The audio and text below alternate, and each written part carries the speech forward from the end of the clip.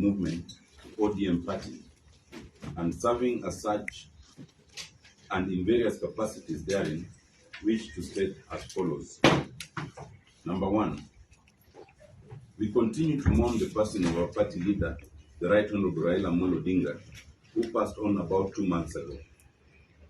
We know that his death impacted us gravely, but we still soldier on, holding on to the principle that he taught us over the years and that he exemplified in his life, including the principles of inclusion, tolerance, democracy, and unity. Two, we are deeply concerned with the emerging and escalating national rhetoric, degenerating into violence and intolerance, as was recently witnessed in Murang'a, where the Lamu County Women Representative, Honorable Muthoni Marubu, was physically attacked for expressing our opinion on the 2027 presidential contest. We have also been informed of an incident where Kileleshwa MCA Robert Alai is alleged to have attacked and threatened to shoot Embakasi East MP Honorable Babu Owino due to different political views. These incidents follow hot on the heels of the violence that was witnessed in the recent by-elections, especially in Kasipul constituency, where unfortunately 2 people were killed. Unless urgent action is taken to stem this emerging and unfortunate incident, 2027 will be rocked by untold violence that is likely to undermine free and fair elections. 3. ODM is the largest party in the country. We are further concerned by the spectacle of self-cannibalization that has been exhibited of late in our party.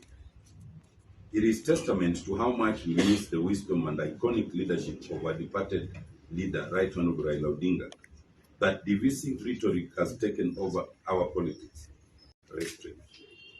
We call upon the party's elected leadership and the wider membership to uphold the tenets of unity and camaraderie espoused by the late Raila Odinga. It is time to walk back on the rhetoric and come together to build a strong party ahead of next year's general elections.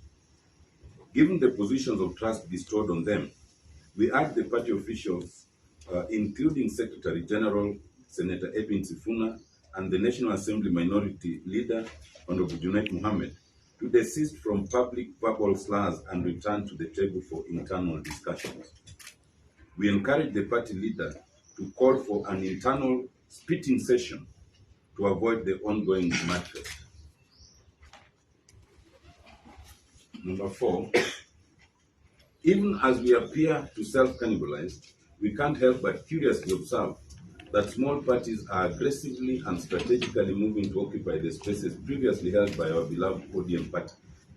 It is for this reason that we request our party leader, Senator Dr. Oburu Oginga, to move with speed, convene the party's organs, and help restore public confidence in the party before we begin to hemorrhage members to insignificant political formation.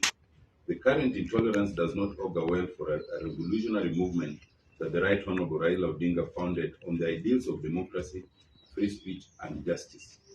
Signed this 5th day of January 2020.